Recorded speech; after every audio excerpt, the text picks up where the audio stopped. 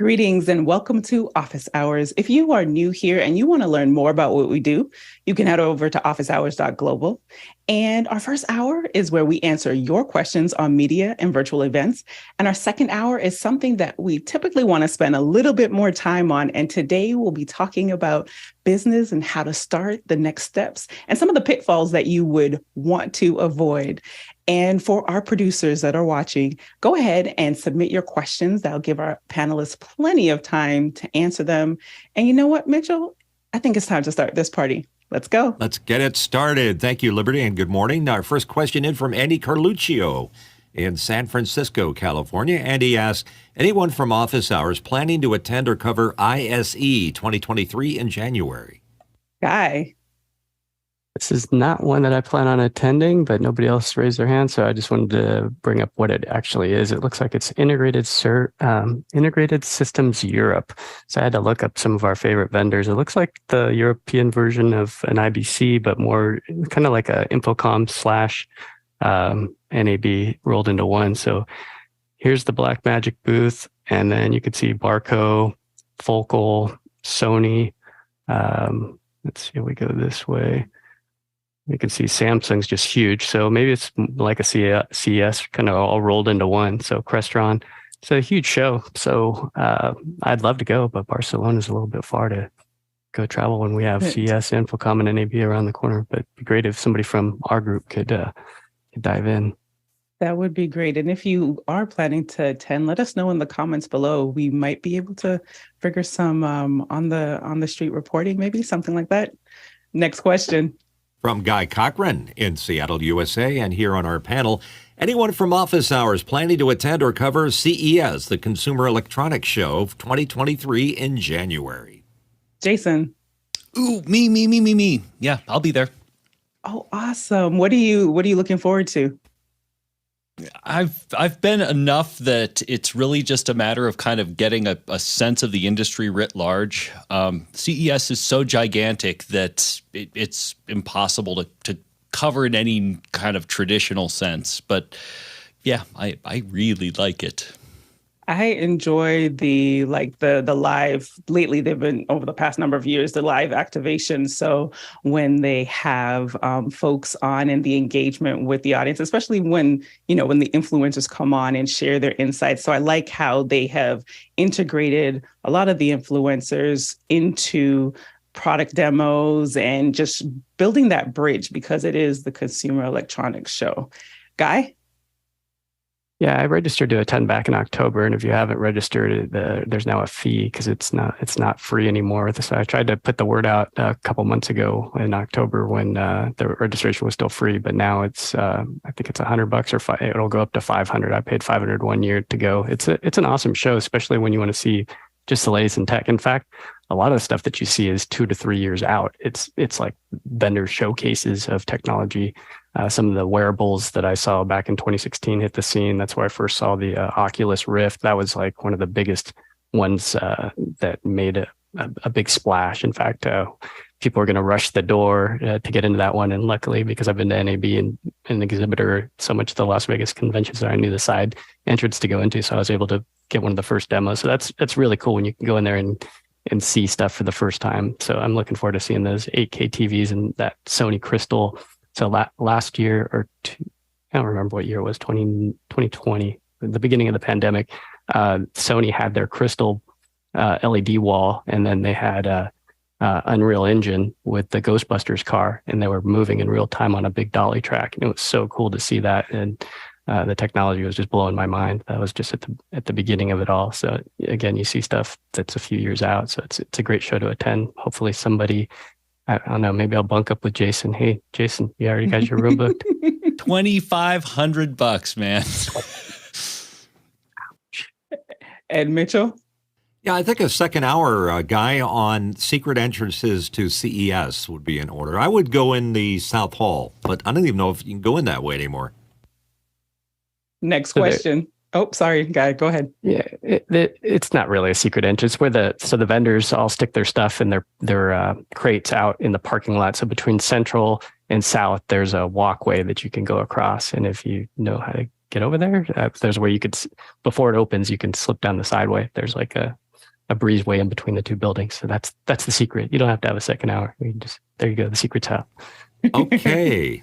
A real bonus there. Next question coming in from Mike Edwards in Brooklyn, New York. Morning, guys. Does the panel have any recommendations specifically for a reliable portable communication radio device, not using cellular or internet, for emergency use that is long range? Buy once, cry once, if possible, please. Thanks. John. Yeah, this is a tough one. I'm a ham guy. So there's FRS, which is the low end, but that's only half a mile or so. And then above that, you have GMRS, but you need a license for that. And that's only about 1 to 5 miles. So you're limited unless you go to ham, and then you're up one level above that. So, Mitch, what do you have to add? I think Preto needs to encourage all the hams to show up, as he's an extra special, or anything with Motorola written on it. Probably make it work. Next question. Next question in from TJ Asher in Minneapolis, Minnesota. What is the best way to normalize audio for several clips in Final Cut Pro? I've got several clips, and the audio levels volume differ greatly and want to have them at a consistent volume. Should I go outside Final Cut Pro? Go ahead, John. Yeah, I typically want to take care of audio before I'm bringing it into my NLE. So using whatever audio editor that you choose, as long as you can normalize the audio there, you can edit it within the Final Cut to kind of match it. You can also at the end just export your timeline if you use Logic, and then kind of master the entire thing so it all sounds very even as well, if you want to kind of put a little polish touch to it. And Mitchell? Yeah, I agree with John. And the other thing is to round trip it in Logic, because it's all part of the same thing if you have the program. The other thing is normalizing sometimes is a little misunderstood. I'm not saying TJ misunderstand it, but when you normalize something, generally you're affecting the peak values on the file so that they don't go over a certain level, like minus 14 or minus 20, whatever your standards are. But it does not adjust the dynamics from the rest of the files. So it just sort of says, oh, this is too high, I'm going to bring that down. But it's not going to take stuff that's low and bring that up. You use a compressor, sometimes a limiter to accomplish that. And Nigel. Yeah, so I'm not sure I would do this for broadcast, but I use Crumple Pop's leveler sometimes just to run everything through to try and get it all in roughly the right place, particularly for internal stuff or stuff that I'm doing for conferences. I'm not sure I'd do that for broadcast, but it's the fast way through for me. Nigel, say the name again. It's a company called Crumple Pop, and they have a number of different tools. Leveler is one, and they have all sorts of audio tools. They have denoisers and stuff and depoppers, and they aren't brilliant, but if you're in a hurry, they're good enough. They work good enough. Mitchell? Yep, they're brilliant enough to have a great memorable name.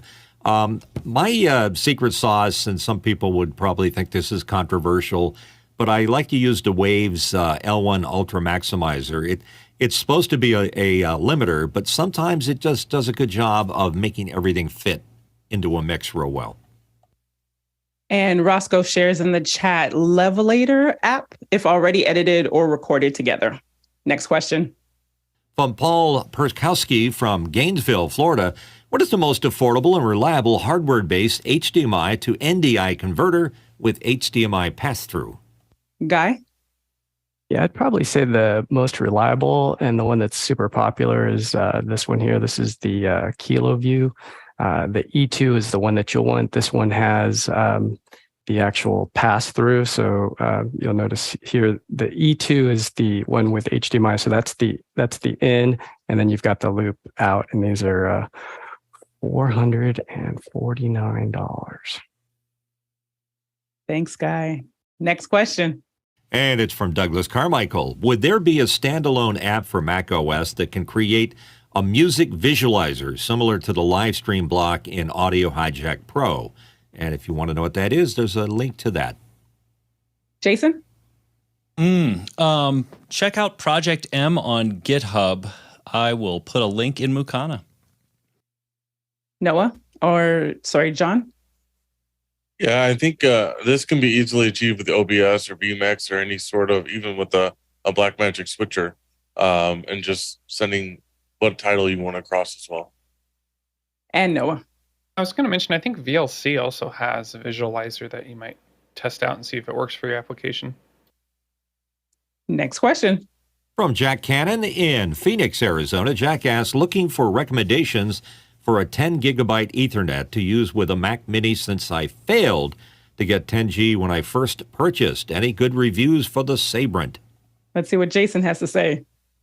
Sabrent has burned me exactly once, and that was the last time I bought one. OWC's Pro Dock has a 10G Ethernet built in, and I really like that. They also have a standalone 10G Ethernet that I found to be pretty reliable. Noah? Until I upgraded to my studio, I did use the standalone OWC 10G, which works fairly well for me over time. It's, I think, 3 years old now at this point, so I wonder if they have any new offerings, but OWC for sure. Next question. Next question in from Eric Price in Kansas City. Is the Flow 8 60 dB of gain sufficient to drive a Shure SM7B, at least on channels 1 and 2? Okay, so the Flow 8, that looks like, let's start with Noah.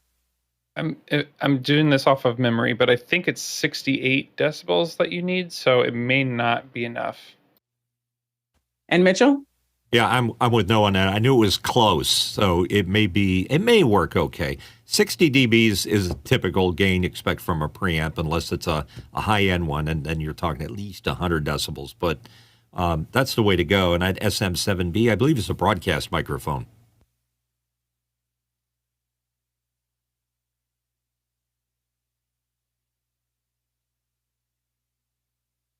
You are muted, Liberty.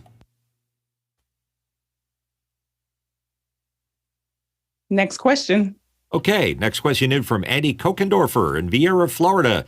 Is there a diagram of the current office hour signal and control flow? Thanks. Guy?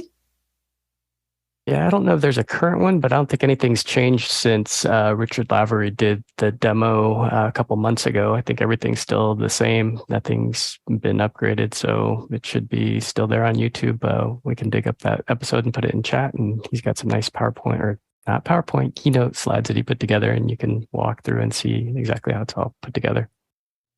Next question. Next question in from Douglas Carmichael. A U.S. Air Force white paper, circa 2008, speculated that the recruitment and enlistment process could someday be transposed to a virtual environment. Are there certain rituals or rites of passage that would lose their gravitas in a virtual world? Noah? Yes. That's the short answer. No, I think that just generally speaking, not specific to this Air Force situation, that, you know, as things move to virtual, generally speaking, there will be some loss, right, in that conversion. But generally speaking, there'll also be some efficiency gains in other ways and things that we like to do better. So it's not ever going to be a one-to-one translation per se. But I think it is ultimately, you know, when things go digital, they also scale a lot faster and farther too. Nigel? So I think we all learn and communicate on a spectrum.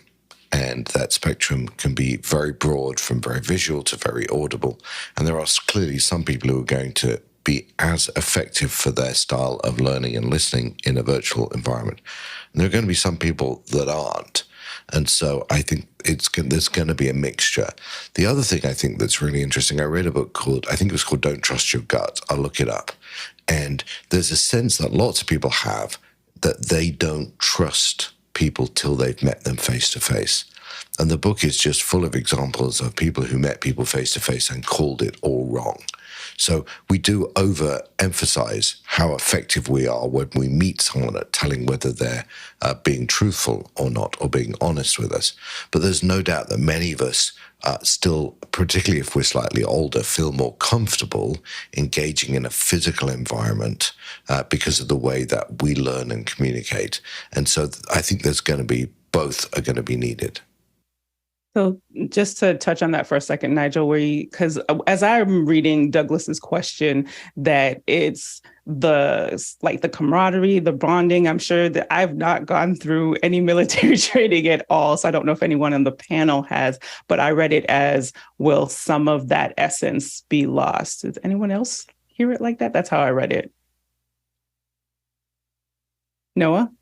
Well, I will say in our own experience with office hours, I mean, we definitely had our connection with the team, but there was something different about being there in the desert together or being at Cinegear with Guy. Like there's those moments, like almost solidified the buildup of us meeting regularly and hanging out and doing our thing, like seeing Nigel and seeing the team. Like it was just really cool to put a real life 3D face to the person, the screen that I've been looking at for, a year and a half, 2 years or whatever before that. So it's just a tangible thing that is still not quite being replicated yet.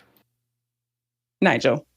Yeah, I was going to answer your question by an example that happened on office hours over the last couple of weeks. So there was the Zoomtopia event, and we all participated either virtually, but there were some people who got to participate physically, and there was the picture of the dinner that they had. And I wonder how many of us looked at that picture and felt FOMO for not being around that table. And, I didn't need to be in the hall listening to the main tent. I didn't need to be in the breakouts. I could consume all of that. But there was definitely a missing part that I wanted to have been at that table in that conversation. That's a really great example. And I'm wondering if that's not also being able to be replicated in the digital space, because that's essentially what we hear on office hours when people come, especially whether event planners or conference people, just like how can those elements be those one-to-one or those communal elements if there are ways to be intentional in making that happen. Mitchell? Yeah, I agree with what you're saying and what Nigel just said. And of course, what everybody's saying is that when I've had the pleasure of meeting some of the members that I've associated with here on office hours, like Talalik and Mark Giuliani, it was almost a surreal experience to be with them, enjoying a meal and asking questions and sort of getting to know another aspect of them. Tends to be more personal because, we do interact on a question asking and answering basis, but it was really fun, and it was neat to be able to do that. And speaking of all of that funness, I really like reading questions, and I would love if we had more of them. I wish I could do it personally with everybody that's a producer, but if I could pop out there and tap you on the shoulder, I would say, please add your questions, and we'll be happy to answer them. Thank you for that, Mitchell. Nigel? Yeah, I was just going to add two quick thoughts. First of all, when we went to office hour space, one of the interesting things was how tall people were or weren't. And you get no sense of the physical shape of somebody across the thing. So maybe that's good for some people. But I have to tell you that at least in my rather simplistic world, I'd go, well, he's taller and he's shorter. And it was just giving physical dimension to people was very interesting. The second thing I'd tell you is that I am generally a non-believer that this environment will replicate that dinner table and what happens in a free flow of conversation. I think this environment can absolutely replace the way that content is shared and communication happens and debate can happen. But there's a physical thing that happens when people are in a room together, half conversations, cross conversations. You listen to a conversation and you join in a conversation and you learn from that. And I don't see this platform yet with a model that replaces that. Very true. They're called like serendipitous moments where they're just unplanned and they just happen, being there in the moment. And to your previous point, Nigel, I remember meeting Tony Mobley in the flesh. He is much taller than I expected. So I completely agree with you. Next question. Next question in from Paul Persikowski in Gainesville, Florida. Does anyone know of a web-based application for adding different overlay images to videos in bulk? Not one overlay per all, but customized overlay per each video. John? So I do this at work. We have customized videos that we send out for people when they close a loan. We do this with Cloudinary. That allows us to stitch the information over using an API, and then we use Azure Media Services to encode and send the videos. Oh, thank you for that. Next question. Chad LaForge from Columbia, Missouri. What apps would you recommend to document your signal and control flow? John? I use HTR Gear and Excel. And I guess just for a moment, for those who might not be aware of signal flow, Mitchell, do you want to define that for us? I can't, but I can confirm that I do like H2R, so sorry. Okay. Nigel? I use a piece of pen and a paper, or a piece of paper and a pen. I have to tell you, I find all of those tools really maddening because I'm just not structured enough. So I get a piece of paper and I draw it out and I redraw it out and I change it, and maybe I'm just old-fashioned. Yes, and I'll take a stab at this, unless, Guy, you can feel free to correct me, but just the flow of the show, flow of your system, your workflow. And Nigel, just like you, I am good old-fashioned pen and paper, because for some reason there's always a moment where, oh no, but we should add this. So I find that handy. Guy? Yeah, the one that I'll use is OmniGraffle. People on our team have been using it for years, so they're really good at it. And it works on the iPad. Well, I think you have to pay extra, but it isn't a cheap app, that's for sure. For cheap H2R gears, one that because of the specifics for our industry, it's nice to have. It's some of the templates for like an ATEM, so that makes life a little faster. But yeah, with the iPad 12.9 inch, I'll a lot of times just sketch something out roughly, and then before I actually go in and make it pretty, but most of the time it's just for my own needs, so I don't need to make it pretty. So, but there is also Lucid Chart is the other one that a lot of folks will use, that we've seen some of the higher end, really technical diagrams get used with. Yeah, John Foltz in the chat said he put Lucid Chart in there as well. Noah? Yeah, I was going to say Lucid Chart, and I started on that, and then I switched to H2R gear over time. But for me, the backbone is still kind of an Excel spreadsheet. It's a Google Doc here that has all the routing for my carts and ins and outs. And so I could basically trace the signal here and do it on paper. And this also helps me when I physically put stuff together and route it all out in my cart. So, yeah.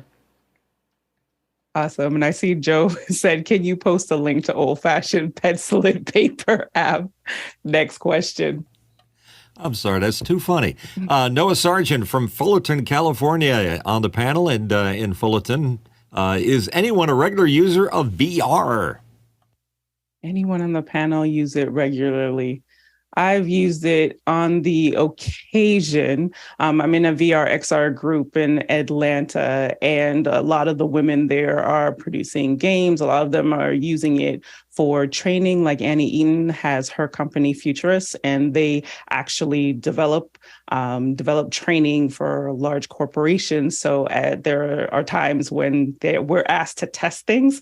So I'll hop in every now and then, but it's definitely one of my 2023 goals, especially with our children's programming and helping to get more kids involved in XR and VR. Noah? Yeah, I'm not a regular user, but I did buy my wife the Oculus Quest 2 about a year and a half ago. And so I occasionally grab it and use it. There's a new game that I just started playing, and it made me curious to see if our group has plugged into that or connected into that, but I guess not a lot yet. Next question. From Chris Widener in Lafayette, Indiana. I'm trying to find a baby pin plug for the end of this stand. There's a link to it. The Pro Aim corner plug are just slightly the wrong size. Like, do we have anyone? Mitchell. I'm just going to interject. If you can't find it on B&H, it may not exist, but you could try Amazon. You could try Adorama. There's a film company, Film Tools in LA. They would probably have it because they have those kind of hard to find gotcha stuff. Next question. From Chad Lafarge in Columbia, Missouri. Did anyone on the panel catch telematic collisions? What stood out to you the most about their Isadora Zoom ISO FAR Play production? Did anyone catch that? I did not catch it. And I'd be very curious to see how all of that came together. And maybe, Chad, you might be able to share that if someone can share a link to that in the chat, and maybe we can all take a look at that. And maybe it'd be a great after hours discussion, because that's some heavy use of tools there. Next question. Next question from Andy Kokendorfer in Viera, Florida. Are there any recent white papers on how poor audio and video contribute to Zoom fatigue? Mitchell. Probably, but it's self-evident when you have a group of people in a room and one of them's falling asleep. It becomes an experiment at that point that you're seeing the results of. Noah? I think I would pay for this because that data to me is a selling point for the core services that I offer as a business. So to have some sort of A/B testing and some sort of official document and stating you can last X number of hours with horrible audio versus X number of hours with high quality audio video, that would be huge. John? After that first paper came out from, I think it was Stanford, I think that Alex actually wrote a rebuttal on Twitter. I thought he said he was going to follow up with a longer piece, but Alex might have something available for you. But just think about a poor telephone call and how tired you get of trying to listen to somebody on the other side on a bad telephone call. So it should be relatively evident. So, Andy, I've seen articles on it, but actual research, apart from what John just shared, I have not. And seeing as Zoom has really, the pandemic is what helped it to take off the way that it has, I would think that it would take a little bit of time for research, just understanding the research cycle for something substantial, let's put it that way, for something substantial to come out. So conducting interviews and all of that. So that process that it takes. Guy? Yeah, I put a link to that Stanford article that was pretty controversial here in our world because one of the things that they missed is just high quality audio. A lot of people just they don't realize how much of a load that is after a few hours of listening to poor microphones. That it's your brain just trying to decipher words, and especially if it's a conference room with one of those notoriously horrible reflective rooms that just has one mic for 9 people. And if it's, some $99 mic or whatever they have in their telephone, it can be pretty brutal trying to hang on. So Alex did write something, I believe it was on Medium, and he said it was pretty much irresponsible for them to write that and release it as an organization of that caliber without doing further research. Because, for us doing this with I have a prompter and I'm looking at you guys. And when I'm doing some of these meetings with folks in a 1080p meeting that have a high quality camera, it's just like they're there because the prompter is 17-inch, and it's their head is as big as it is in real life. Well, in gallery view, your head's really small, but in a full size active speaker, it's like being there. I could talk to somebody for hours, and it's just like I was there. In fact, when I go drive to the office, sometimes after I've been in a meeting that was first on Zoom, and then I drove over there, it was just like my brain felt like I had been there with them already. So it's when you have high quality audio and high quality video, it is like being there. And I'm sure Google and some of these other guys that are coming out with the next level of teleconferencing, it's gonna shock us how good it and how good it can feel. And thanks for saying that too, Guy, of just the Stanford putting out this research, and research really does take time so that they can actually validate this is the cause of XYZ and whatever the theories and the theses are behind it. So thanks for adding that. Next question. From Gordon Lake in Los Angeles, California. What PC specs would be needed to match the capability of a Mac Mini M1? Nigel. I wanted to answer first so I could say it depends. And the answer is it depends on what you want to do with it. And that almost every PC from, a B linked by Courtney or whatever they're called nowadays, all the way up to an i9 super machine could be apply. I guess we're talking about more video-centric stuff. And if we're playing more video-centric stuff, then I think the real issue is not the CPU, but what CPU and graphics you use. And if you're running a PC, then you've really got to think about, using NVIDIA, using Radeon. I nearly said ATI, the brand I took out of the market. Radeon, what technology are you using? Because that may be more important to the video production than the central CPU is. I see the panelists shaking their heads. Go ahead, John, in agreement. Yeah, it really comes down to what you're trying to do. It's easy to find a machine that's more powerful, but it's going to come down to your use case and how you're going to leverage the equipment. A 3090 is going to be much more powerful than any sort of graphics card that's a part of the M1, in power draw, everything else. Like I have a 1300 watt power supply and leveraging a lot of it in my PC. It's essentially a nice space heater for me in the winter. John? Yeah, the guys did a good job articulating that the power of the Apple is the performance per watt, and that's those graphs that you see the Apple put up, which is amazing. And John just said it well. The 3090 outperforms anything that Apple has as far as graphics goes, but the performance per watt is where Apple's shining brightly. Next question. From Craig McFarlane in Boston, Massachusetts, asking, I enjoy watching movie credits and saw a new one, Visual Effects Data Wrangler. I can imagine what they do, but I'm curious if there is more to it. Mitchell? Data Wrangler, Pixel Pusher, these all come out of the category typically that is said as DIT or DIT. And that's the person that basically takes all the chips, all the drives, and consolidates them, validates them, and transfers them to wherever medium they have to be as quickly as possible, because you just don't keep them on the same solid state logic or whatever solid state chips that you normally record on. You got to make sure it lives someplace else as quickly as possible and put them together. So they do a lot of transferring, a lot of pixel wrangling, as the suggestion suggests. Go ahead, Guy. Yeah, I think for this new position, this is something where you're collecting lens data, because some of the lenses, there's like concave to them. So in the higher end lenses, that information is in there. So you got to capture that information, which usually, if you have the right camera, it gets embedded in the metadata. But then there's other things for VFX. There's LiDAR scans. So it's a whole new world with VFX. So there's lots of other data to be wrangling than just the typical, grabbing the video and audio files. And Noah. Yeah, so visual effects is the department. And so within the department, Mitch and Guy just described two positions that fit within that department. So DIT is basically the person who makes sure that the data is backed up on set. So they collect all the cards.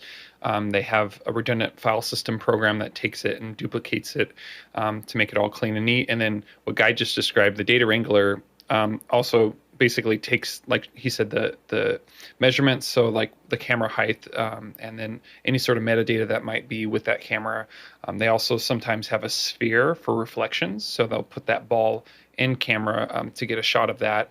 And they also, just like we have a card for color tones, right? Like, so we can match and do that. They have their own kind of version of that to basically translate all that data to the digital world. Another thing they might be using that person for is if they have like a second unit or even another additional unit that shoots plates or extra shots to help for those visual effects elements. Next question.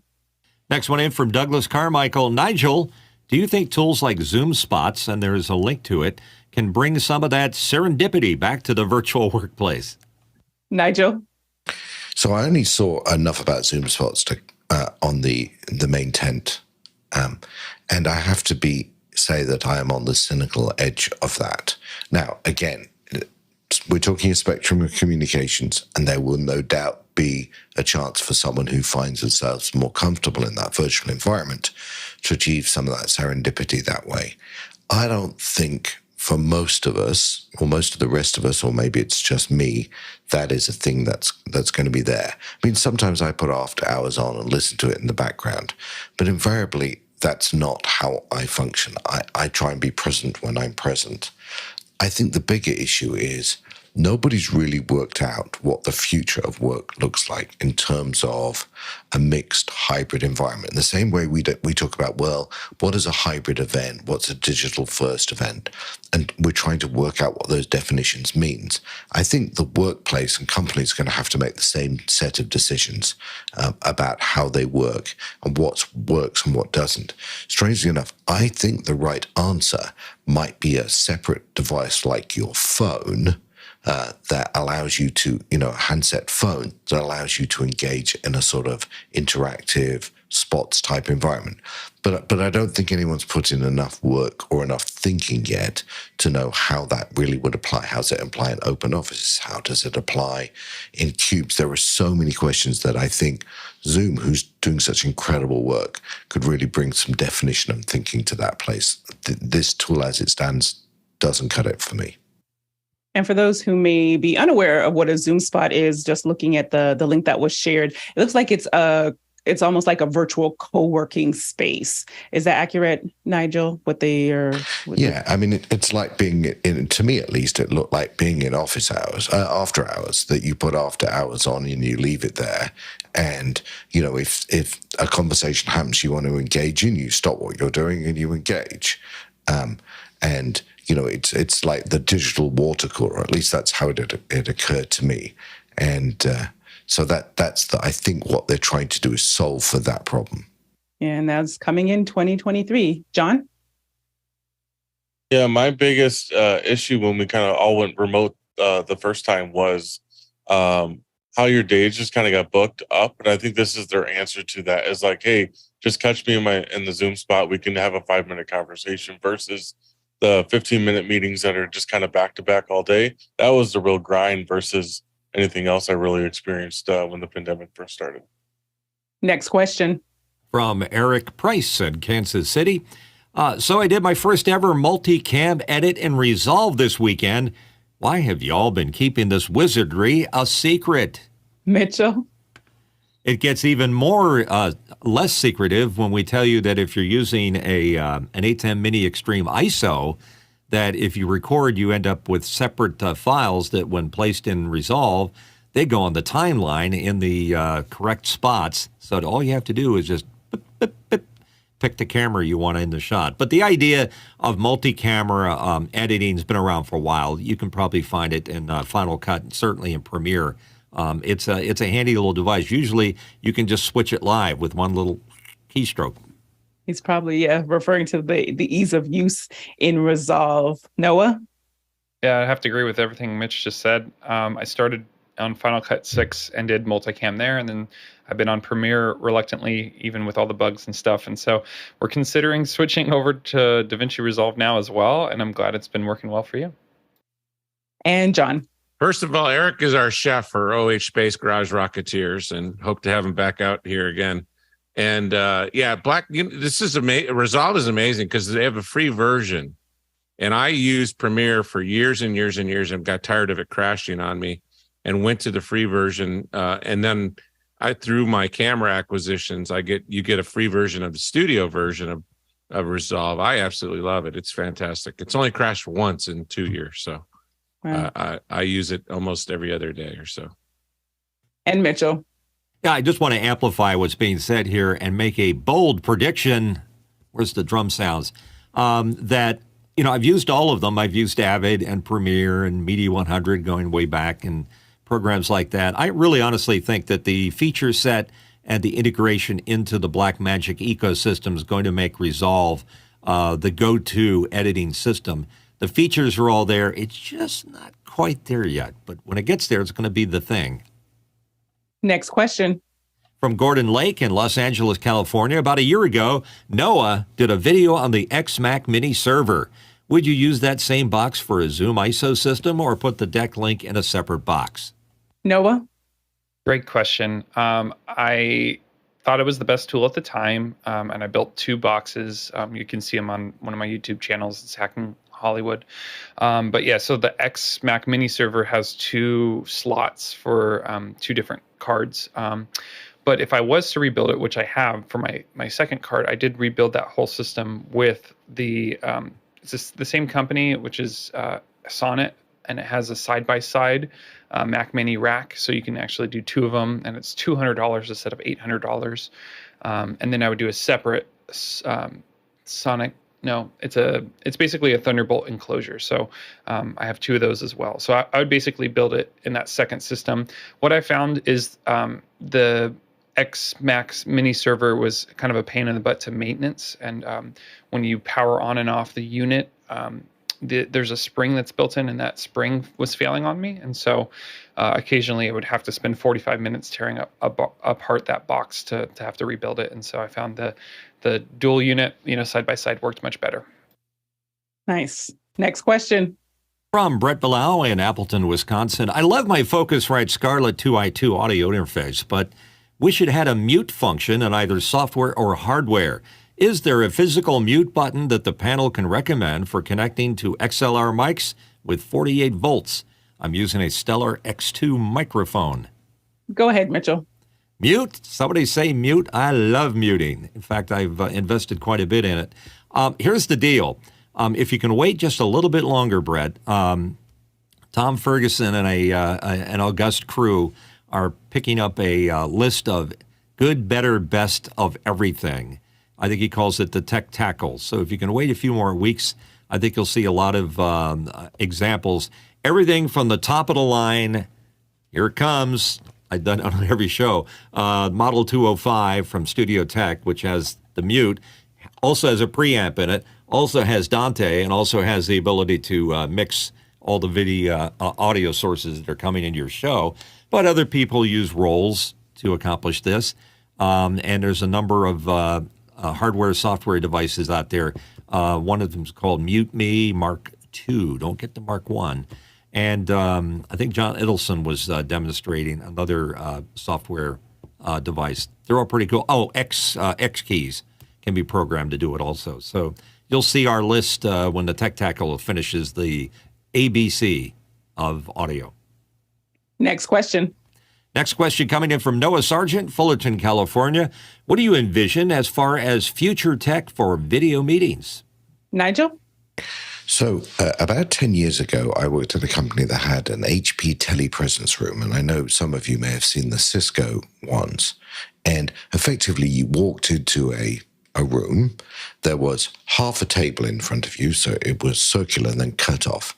And then there were 4 large monitors, of 5, maybe 5. And then opposite each of those monitors was a chair. And when you connected to the other side, the table completed to a circle, and for each person in the physical, there could be a person in the virtual.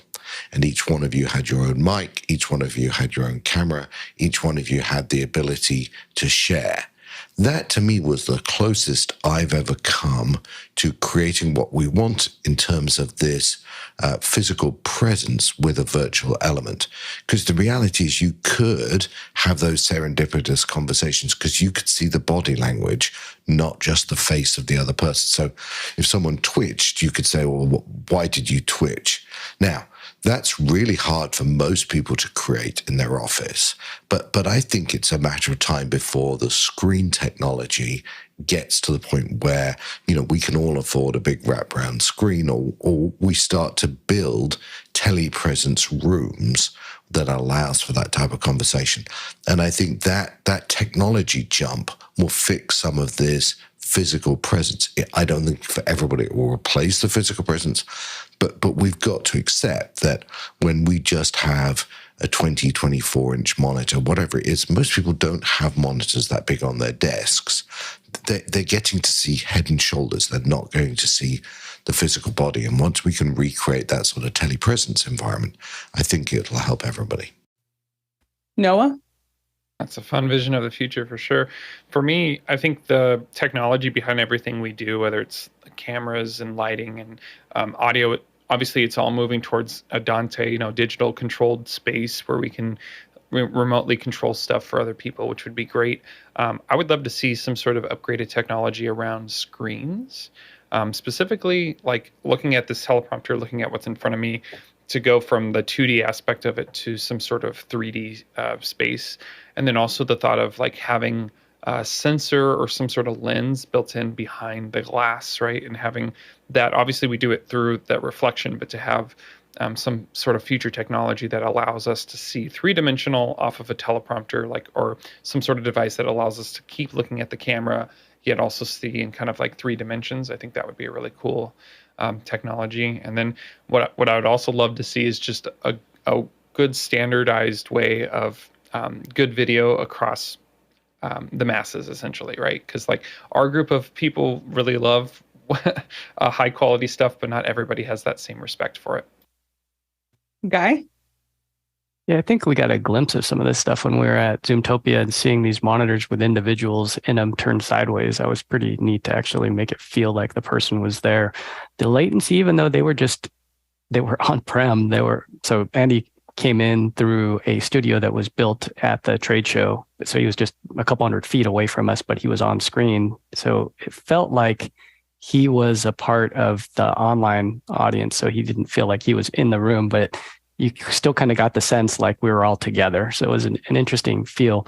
I've had an opportunity to tour, they call it Joint Lewis McChord, which is a military installation here, and go to the Army Ranger training facility. And we got to talk to some folks in Iraq, and real time, they're using hardware encoders. This is military, so they got the big bucks, and they had microphones all over the place. They had PTZ cameras, but then the latency to talk to Iraq, because it's just glass to glass, it was super fast, super great encoding. So I think that's the future, is fiber with powerful encoders with some kind of hologram TV. I was just looking at one that was at CES a couple of years ago. This is one from the Looking Glass factory, and they make 65-inch 8K panels. So something like that would make it have that depth as well. And we saw some of this stuff at Infocom as well, and it was pretty cool. In fact, I can screen share it, but I've screen shared it before.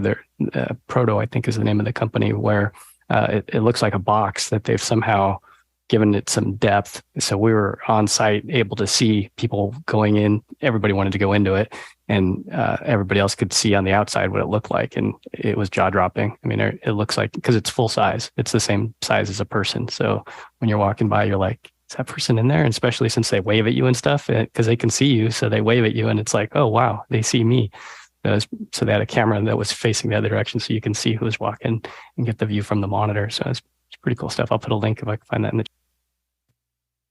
I'd say that mine is a combination, a little bit of, I like how you said that, Nigel, like the telepresence, but the use case being more around like family meetings or family conversations or events. My parents are older, and as the aging population, I remember during COVID that for my mom to like log on to watch church, she would, in Toronto, call me in Atlanta, and I'd have to like navigate and walk her through. So as one who grew up in like the Star Trek era, just seeing some of that technology, whether it be something like a much easier goggle or something. And I know we've got VR, and we kind of spoke about that earlier, but something that would be just such an ease of use for our aging population, for them to use, so that we can see them and they can see us. So a mix of the telepresence idea and the VR, but like goggles just being much more seamless. So that's the use case. I don't know what it necessarily, the tech actually looks like, but that's what I envision as we see our boomers getting older and older. Next question. Oh, I'm getting older. Douglas Carmichael here with a question. Disney research made an AI tool that can change an actor's age. It's a long link to it there. Could you see more VFX houses moving back to the make side of the make or buy continuum? Mitchell. I'm going to try to parse that last part of the question.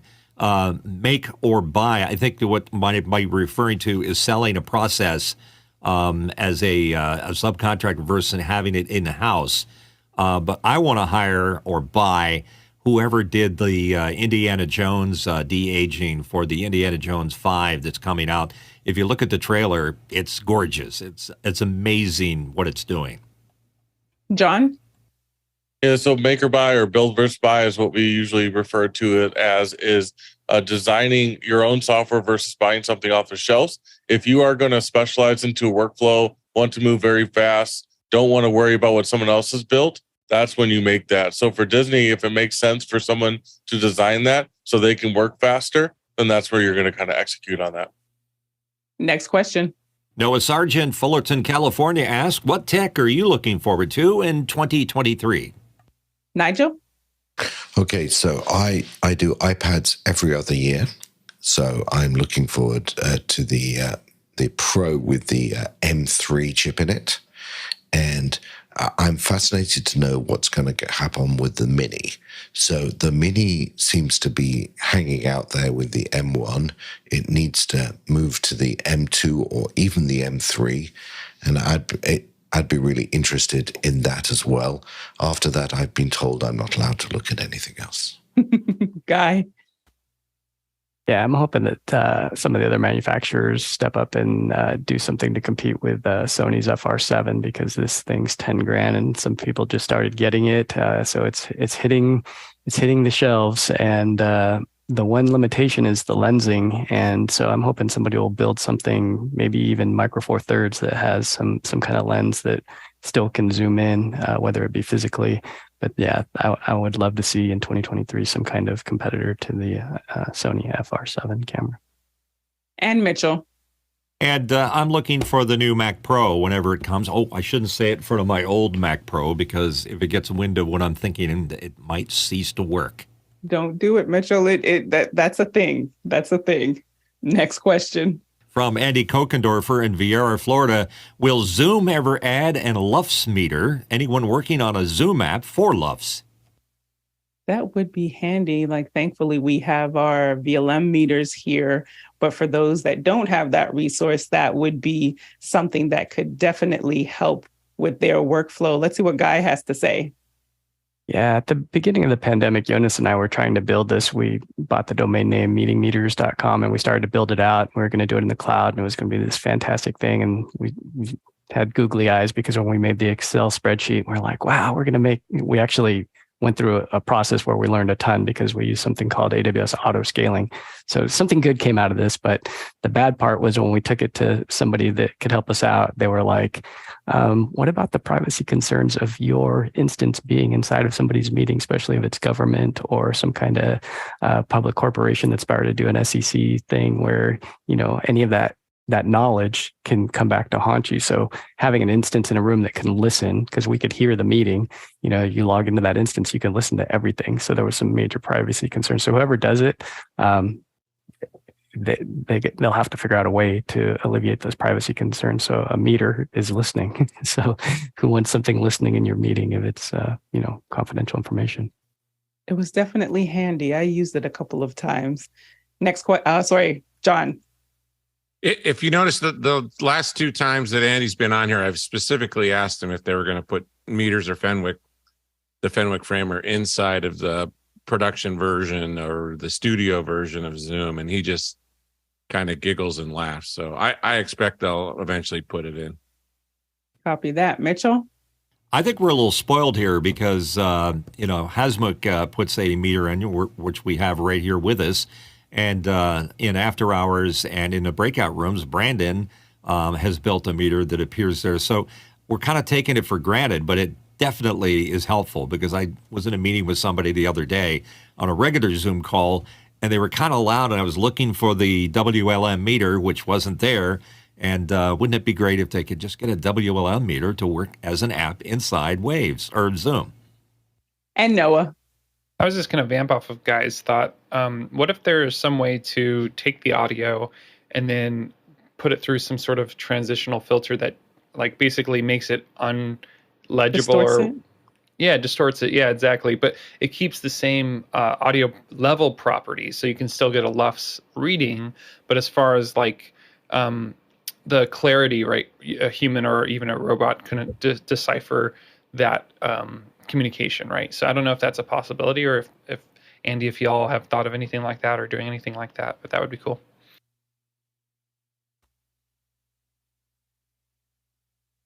I think you're muted in the video.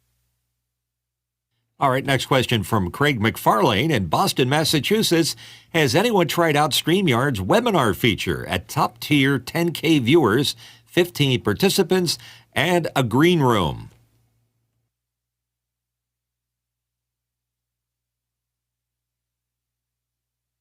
Yeah, it's so new. Noah, why don't you give us a shot? Well, the video that was linked looks like it's only 5 days old, so I haven't personally seen or used it. I know a few YouTubers that use StreamYard as their regular service that they use for all their live streams. So, as far as like a professional tool, I don't really know too many people who are making besides YouTube money, making professional money, charging clients using StreamYard. So we'll see what comes from it. I've got access to StreamYards and I haven't tried it yet, but this is definitely encouraging so I can test it out and come back to the community to see how that works. But it does show that StreamYards, especially after they had the acquisition or the acquisition last year before, that they are looking for ways to take more and more of that market share. So it'll be interesting to see how that fares in the next year or so. Next question. From Douglas Carmichael, many public venues, arenas, stadiums, for example, are adding sensory refuges for those on the autism spectrum or with related conditions. Could you see said spaces even making their way into professional environments? The short answer is yes. Yes. It's, as COVID, we'll just say that, and how it has impacted us severely, and our mental health and wellness being even of a greater concern. And someone mentioned earlier about just the future of work. And these are some of those elements that I see as being staples or being something that's highly considered in that space. I can definitely see it being used in a professional environment. Next question. Next question coming in from Chris Wider, Lafayette, Indiana. I'm trying to find something like the innovative corner plug with baby pin for Apollo and deploy 4 carts to adapt a hollow pipe mast to a baby pin for the LSP SB column stand. It looks like we'll start with Noah. Okay, so first thing I would do is definitely contact the manufacturer of that stand that you're looking specifically for to see what accessories they have. Secondly, there's B&H. They might have some cross knowledge. Even, DVE store might have some cross knowledge of products that might work. But the problem is if it's not a standard size, then you're going to have to manufacture something. So whether you have a lathe or some sort of way of basically taking a cylindrical shape and then basically scratching it, or shaping it down to the size that you need. It's going to be definitely a fun project, and I would start with some sort of wood or something that you can do at a low cost that's easier to manufacture than metal, and then work your way up to metal over time. Next question. Douglas Carmichael is in with a question. Liberty, you mentioned how a simple-to-use telepresence device could benefit the senior population. Could you see said technology also helping in reducing caregiver stress for those caring for seniors with dementia, Alzheimer's, or related conditions? I definitely can see something like that being used. The target audience being seniors and just the care of them in whatever way that could be, whether it be even medical, so telehealth, and making that much easier for doctors or wellness people to be able to check in and see the totality of the individual. So I can highly see that. Next question. Eduardo Augustine from Panama. I'm attempting to do a hybrid conference through Zoom. Should I use webinar events or regular Zoom? We'll need breakout rooms and question voting. What do you recommend? Go ahead, Guy. If you want to use webinar, the only way to get the breakout rooms within, or to get backstage essentially, so you can have guests come in and not immediately pop onto the stage. So you want to use Zoom events, and that will be the $99 license. A couple of us have. Greg Gibson has a Zoom events license. I have one. I'm letting Josh Kaufman play with it. If you want, depending on how close your event is, I wouldn't recommend diving into this because there are some gotchas. You must do some preliminary run-throughs and make sure that it's going to work fully. Zoomtopia was done with Zoom events, so we know that it can be something that handles millions of people. So it is a working model. It's just the knowledge, that's the team that put that on. So, and there's a couple dozen people working on that, and they give themselves a year of planning. So if it's a couple of weeks away, I would say just go webinar, and you're not going to get backstage, or you're not going to get breakout rooms unless you push a meeting into a webinar. And people like Jonas and Greg are experts at this. So I would reach out to those guys if you're not familiar with it, or just use their license, because there's some 1080p stuff to get that account. So there's a lot more to it. So I would reach out to somebody that's done it before, or kick your meeting over to a service provider that can handle it all for you. Testing is always, before an event, always helpful. Well, thank you so much, producers, for taking us to the top of the hour with your questions as we prepare to make this transition so that we can get into and dive into business and what it takes to get started, what it takes. If you're thinking about, I think it was last week during the show, there was even a question around like the side hustle and what if someone wanted to start a side hustle and what that looks like. So today we'll go through from start to finish of what it means to, first of all, the different types of businesses that there are out there so that we can make sure that we speak to that specifically for you. And a full disclaimer that please check your local area, check the country where you are for their rules and regulations. Typically, there is a small business or a business website, a government-run website where they will list out the things that you do need, somewhat of a checklist to register business. But I think what would really help is even just starting the conversation by defining what a business is and then going from there, because we have a great panel of people who have all started a business and also grown a business as well.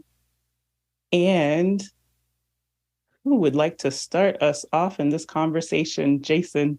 All right, sure. I'll get this started. I started Nerds Limited just out of college instead of getting a job, and it is still my only form of income, and it still kind of amazes me that it continues to work.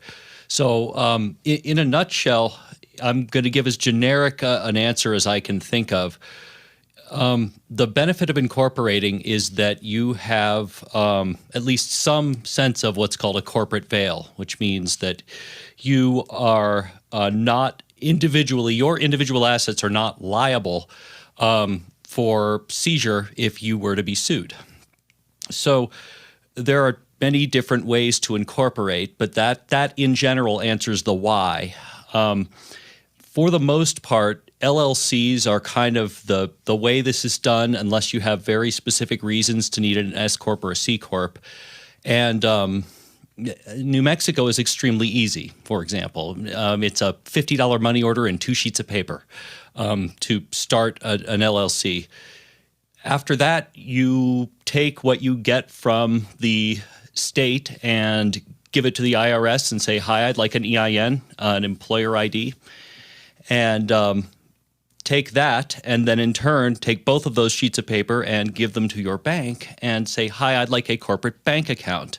Because of course it is much more difficult to sue a person if you have never paid a person and instead have paid a business. The way to do that is with a corporate bank account. And I'm sorry, I have to jump off for this hour, but I hope that helps get you started, Liberty. That's a great start. Thank you for that, Jason. Noah? Yeah, there's a lot to unpack there for sure. I think for myself, I worked for other people the first 10 years of my career, and then I started developing my own business. And looking back at it, I had entrepreneurial tendencies, for lack of a better phrase, where I was a self-starter and I was able to bring people together and also think the big picture instead of just the details on stuff. And so I think that naturally drew me to starting my own business. And I continue to have this issue, and it's the fear of missing information, right? So I fear what I don't know because I haven't learned it yet or grown in it. And so that's where this kind of idea for today's topic came from, is like, let's get back to the basics. Let's make sure that we cover and talk about, the fundamentals of business and what we're doing today, which is awesome. So I think we're naturally drawn to, if you're like me, you're drawn to the technical stuff and the interesting things around that, but you're not necessarily drawn to the business stuff. So it's easy for us to just neglect that and not think about that. Most of us don't have any sort of MBA or Masters of Business Administration, right? So to have knowledge from other people who are more ahead than I am would be awesome. And I have a little bit of insight, having my business for a couple of years now. But yeah, it's cool to hear, like Liberty mentioned, a resource. There's local resources depending on where you live. And obviously there's local things that are independent to each person. And then there's like universal things that will apply to everybody. So just all things that I would love to dive into and talk about in this next hour. Nigel. I think you should ask yourself, why am I starting my own business? So I would go back a step and say, am I starting my own business because I don't want to work for somebody? Am I starting my own business because every time I work for somebody, it drives me nuts? Whatever it is, you got to go back and ask yourself the reason that you're starting this small business, hopefully growing to a big business. Because there are some things you are going to want to do and enjoy doing, and there are going to be things you don't want to do and don't enjoy doing and are going to have to do anyway. So, I spend a lot of my time looking at acquiring medium and small businesses, and it's very clear that the one of the strongest cases we have when we buy a small business is the owner says, well, I really enjoyed doing this, but I hated doing that. And if you can do that for me, then, we'd love to sell ourselves to you. And so I think we're going to talk about a lot of things about legal registration. We're going to talk about taxes. We're going to talk about all sorts of things. If those things scare you and you don't want to do them, then you should think very carefully about creating a small business. The other thing I'll tell you is the hardest thing about running a small business, and by a small business, this may be a 1 or 2 person shop, when you're doing the work, you're not doing the demand generation. And that's really the hardest part, because if you're not careful, what happens is you get to the end of the job, you look about and the next job is not being lined up. And again, if you don't want to juggle those things, if you are not comfortable doing that, then you may find that becoming a subcontractor or becoming a consultant or something else for somebody else is a better model. So make sure you're really bought into doing all the stuff you don't want to do. And Nigel, I just want to take a moment to unpack that just a little bit more of what you shared so you started with saying, figuring out your why, and then also the idea of, well, what are you good at and what are you not good at? And one of the things that I've heard through the entrepreneurial journey is starting with the end in mind. So if you are, because you mentioned that part of what your business is acquiring other businesses, do you find, what do you find those businesses that are ready for an acquisition? What do you find they did it well at the beginning to help them to get to that place? Yeah, I mean, partly what they do well is the thing that got them into a small business. So most, we do home automation stuff. So somebody's been working for somebody else, or they've been doing, they enjoy home automation stuff. So they go, well, I can start doing this for other people. So they're good at designing systems and they're good at installing systems. And they can create a nice job, a few $100,000 a year. And then they start getting bigger jobs. And worse, they start employing other people. And now you've got to think about all of those issues. You've got to think of, you're paying taxes, you're paying, insurance, you're going into other people's houses. This thing becomes very serious very fast. And there's a huge difference between a hobby and a business. When people are successful, what they've done is they've worked out what their skills are, they've worked out what they are good at, then they found a partner, their partner, or a business partner, or someone else who can fill in. And often what we see is that the leadership of these businesses is sort of two-headed. It's the technical installer head and it's the business head.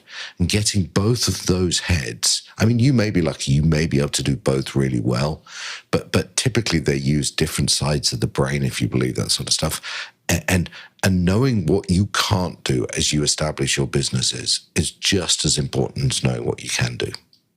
Well said, well said. Mitchell? If you're getting ready to start a business, I would take that recording, what Nigel just said, and play it over and over and over, because nothing more true has ever been said about somebody that's in the creative business, starting a business. Just because you're good as an editor or a creative person does not mean that you're going to be good at running that business. And you're probably not going to be good at running that business because you're going to do the things you like first, which is probably the editing, the production, the mixing, all of that stuff. And I can tell you from personal experience that I was really good at running a studio. I was really bad at managing the studio because it involved a lot of minutia I wasn't really good at. So all these little things that are showing up here as the subject, the insurance, your attorney, your accountant. Those are the things you generally don't like. And if you're just lucky enough to have good ones, they're going to advise you about how to keep that platform safe under you while you're conducting your business. Because if you mess up with the Internal Revenue Service, they can shut you down. There's no qualms about it. They can step in front of everybody and say, we're going to put a lien on your business, and now you owe us, and you can't conduct business in order to pay us. So those are just some of the things that happen. So as a general rule, I would use this. Becoming successful is much easier than maintaining your success. And maintaining it means all that minutia that we're going to be talking about this hour. Go ahead, Guy. Yeah, there's a small business accelerator group that I was lucky enough at our local college to be a part of for a number of years, and getting to hear other business owners. And at the end of the day, we're all the same. Some were restaurant owners, some were construction companies. It was interesting because we actually got to go tour their facilities. And so we went into a brewery and we'd see how the beer was made. And it was really cool. And some of the stuff that they talked about in the privately in the meetings, we'd see them come to light 6 months later. Like the one guy wanted to put cans, so he was doing bottled beers, but then he wanted to do cans, and everybody was like, "You're going to invest how much in a canner?" And so we're doing the math. And so sometimes that's what it's about, is like listening to the customer and having that passion to fulfill their need. Like I was up till 1 o'clock last night trying to get my setup all done, and I do it because I love it. Like there's passion there. And I got up at 3, still excited and pumped to go finish off some of the stuff that I was putting together. So that drives you through, these hard times, because with the whole slowdown with COVID and lockdown and all that, if you don't have that passion, some of that stuff can just grind you down, and you don't have the pizzazz, I guess, to keep it going. So another thing is just know your customer acquisition costs. Where are they coming from, and how much is it costing? Because like we did a trade show and it cost $25,000, and when I looked at the leads list, we had 100 leads, and I was like, "Oosh, that's an expensive trade show to attend." So you go, how many people walked by and saw what you were showing and didn't get a badge scan? But knowing those numbers, it just starts to be math, where you start to go, all right, how many of these do I have to get to pay our employees, pay travel costs, pay for next year? Is this worthwhile? So a lot of it becomes spreadsheets. One of the things that's helped me a lot is the local library. There's something called the First Research Industry Data. So if you go to your library and look up First Research, you'll be able to find these NAICS reports. And in these reports, you'll be able to see businesses that hundreds of them that have submitted their Dun & Bradstreet files. And these Dun & Bradstreet files contain, like, let's say a restaurant you want to start. It'll say between $250,000 to $500,000. Here's what those businesses spent on their facilities, their location.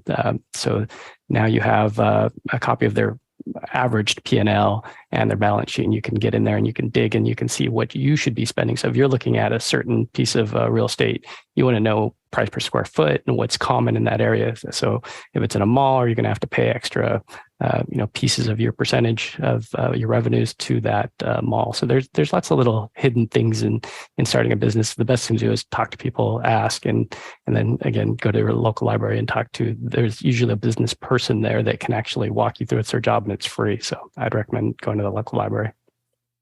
And I'd like to take this to another aspect of starting or building a business. Sometimes you might not know, you have an idea, or as been said on the panel already, there's something that, well, I'm really good at this, or I'm really good at that. Before even diving like headstrong in and going all the way, possibly just even testing. And one of the ways that last year I did a pre-accelerator program with Techstars, and they're one of the leading organizations across the globe to help you test your idea and actually, if it's solid, then scaling, and they actually do some investment. So we're the pre-accelerator part of things. And what that was able to help us do is we spent a lot of time on just tightening up, like, what is the actual idea, and going out and testing. So that being asking your target audience and figuring out, because a business the idea behind a business is to generate revenue.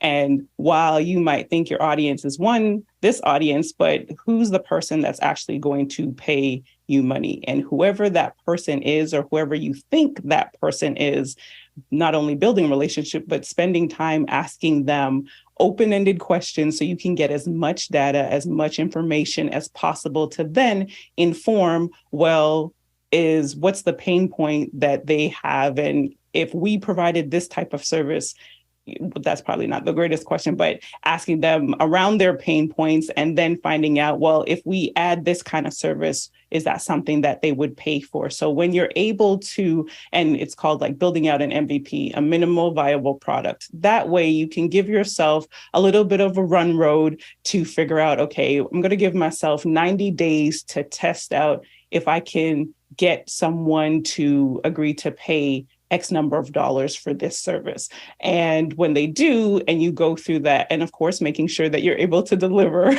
but when they do, then using that as an opportunity to do further discovery with them, further research with them, asking them if they have someone else that they can introduce you to, because what that helps you to do is, again, I'm speaking from the idea of if you have a concept that then you can really find out, is this something that could be viable in order for you to like build a business and make revenue around that? Because I know that our audience, we have all facets, people from all parts of the spectrum. And some of you, it's I have an idea, where do I go? And if you're able to test it before making that full commitment, and then a lot of the conversation that we're about to have will help you once you validated your idea that, okay, yes, this is something that's doable, then we can take the following steps to get there. So, all right, looks like we see the questions piling up here. Mitchell, let's get started.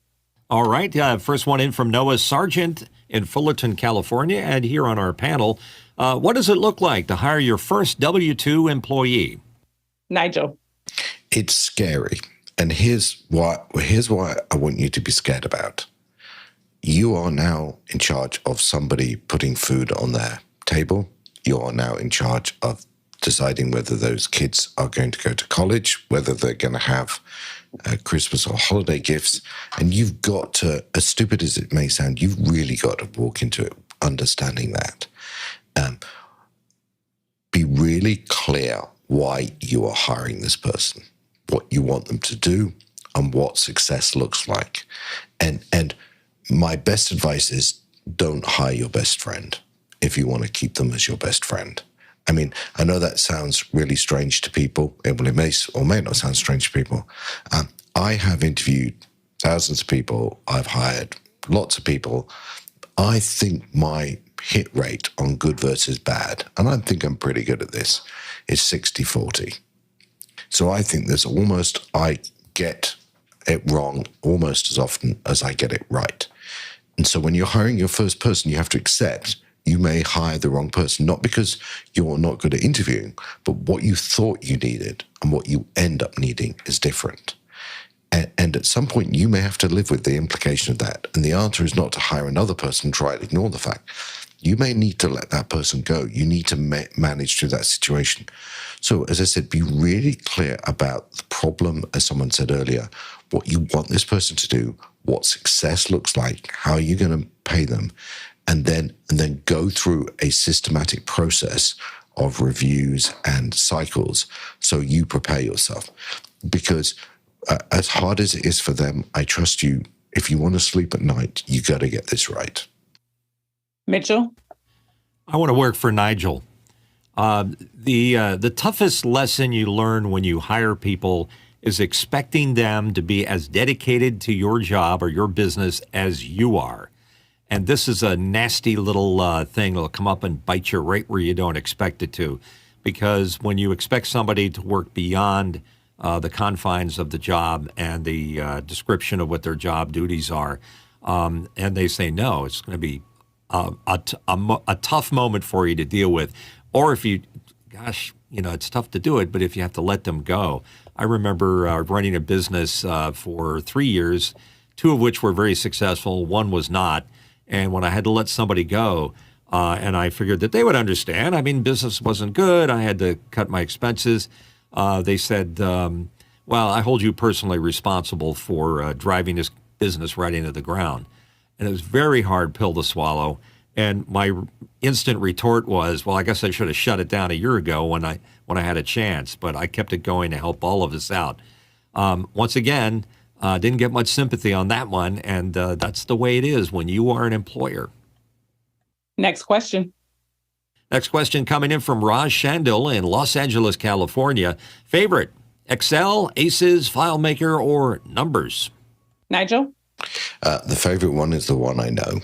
So I'm busy enough that I'm not going to learn a tool because someone tells me it's better. I'm going to use the tool I know. But I wanted to make another point here as well.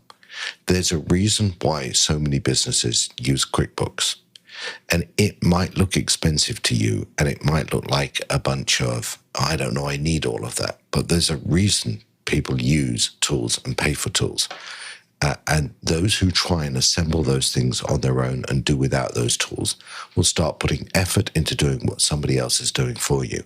And I think Guy made a really smart suggestion. Work out what the sort of businesses like yours spend on things. And there's a reason they spend 5% or whatever it is on overheads or software or IT. It's because that's the best use of time. So pick the tool, but don't forget professional tools do professional jobs. John? This is a religious question you're asking here. I use all of them. I use Excel for certain things, and I use Numbers for certain things, and I use Google Docs for certain things if the sheet needs to be shared. But Excel I've been using for 30 years more, actually. And I use Airtable now for easy database stuff instead of FileMaker, and then for the heavy duty stuff we use Postgres. So as far as scalability goes, but I have all of those tools in my toolbox. I use the appropriate one when needed. Did you say Postgres? That's a new one. I haven't heard that one. Postgres SQL. It's SQL. Okay. And Guy? Yeah, we use a lot of Excel. The crazy thing is watching somebody who's a master at it. I mean, we have people on staff that zoom through that stuff, and then I'll say, "Can you make it do this?" And they're just like a Gatling gun. It's insane when you have somebody that's that good. For our ERP, we use NetSuite, and that's able to generate these reports where we can then kick them into Excel. I myself wind up using a lot of Google Sheets just because it's easy to then share them and have other people work on them at the same time. We also use something called Basecamp. That helps with some internal stuff, but those are the tools that we use. Mitchell? QuickBooks have for quite some time. Nigel's right. Yeah, so QuickBooks, both for the studio and for chosen media, and then also Google Sheets, and Asana and Basecamp, just depending on the project size. Next question. Next question in for Noah Sargent in Fullerton, California. How do you protect yourself legally? Mitchell? I'm glad you called on me. I live in Wilmington, Delaware. Delaware has so many great rules and regulations and protections for corporations. So if you want to do the first step, make yourself a Delaware corporation and enjoy the protection it provides for you. Guy? Yeah, if you can bring somebody on the team that knows HR, that's been there, done that. We have a general manager that's on staff that, man, I didn't realize that the amount that you can save on safety. Like we actually have safety meetings. I think they're every month. But man, the fact that we haven't had anybody get hurt. We have 17 employees currently. We've been as high as 30. We haven't had any major. There might be like somebody gets a pinched finger off of a pallet or something like that, but. He said at the former place that he worked when he first went in, there was people riding the pallet jacks through the warehouse and hurting themselves, just doing crazy stuff. And so sometimes, there's people that like to have fun, but it's like have fun safely and not endanger others because it's very easy to get hurt, especially, different sites. Things that we work with are heavy. My auto pull collapsed the other day. I mean, I wouldn't have done what I did at the office, what I did here. I was supposed to have that light up temporarily. I fell in love with it. And the next thing I know, it's three months later or so, and it's crashing down. So just be careful and be aware, but hiring other people that can look, that like to cross the T's and dot the I's. So there's, like Nigel was saying, different brains. There's some that are more analytical and they thrive on that kind of thing, where they like data, they like to look at those nuances, they like the rules. And then there's people like me that are like, how can we, be more creative? How could we skirt around that if we have to? Let's get it done. So there's people that like to push and are drivers, and there's people that are like, hold on, slow down. What about this? And you got to be careful. So having good HR on staff or hiring an outside agency that can fulfill those roles. So we have, like Nigel was saying, we have a line item that's professional services. So we hire out. We don't have to keep those people inside. So we have a CFO to go. There's different services that you can utilize. We've used HR firms in the past. We've been big enough to actually have a dedicated HR person on staff, and that was a wild ride too. So, but nothing's perfect, but it is good to get around like-minded business owners too. If you can find a small business group in your area and meet with people, that has been a godsend to me, because other people go through these same kind of hiring. And when I heard what goes on in a restaurant, hiring a dishwasher and chefs, oh man, I was like loving my life. When you hear other people's problems, you'll be thankful for your own.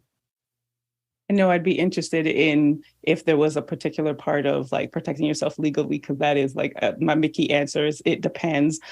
First, we have a lawyer, so any contracts or anything that we go into or any questions, we can just pick up the phone and call. Also, I'm a part of Atlanta Tech Village, and there's help and resources that are available there, and through mentors and advisors that we can ask questions and get things vetted through, those being the two primary ways. And I just recently joined another business group where then we've been sharing resources. So those are the three ways that I have been able to protect ourselves. John? Okay, so it's a couple things. Jason said it best. You want to incorporate. You don't want a single person LLC, because that's not a real company. So you have a multi-person LLC or a corporation. That gives you the level of protection there. But do the right thing. I've been in business 30 years. I've never sued anybody, and I've never been sued. So I continue to have high integrity and do the right thing in life, and I've been protected. And an LLC, yes, is definitely a business. We can define companies and corporations and all of that, but under the banner of business, an LLC does count. Go ahead, Noah. Yeah, I did actually file for an LLC. I've had one for a little bit now, and just kind of that spurred thought of other questions. And I'm using LegalZoom as my infrastructure and contracts and stuff there, but I'm sure there's other things, as the panel discussed, that can help elevate that and take that to a new level. But all things that I feel like I need to go deeper down that rabbit hole for sure. And Mitchell.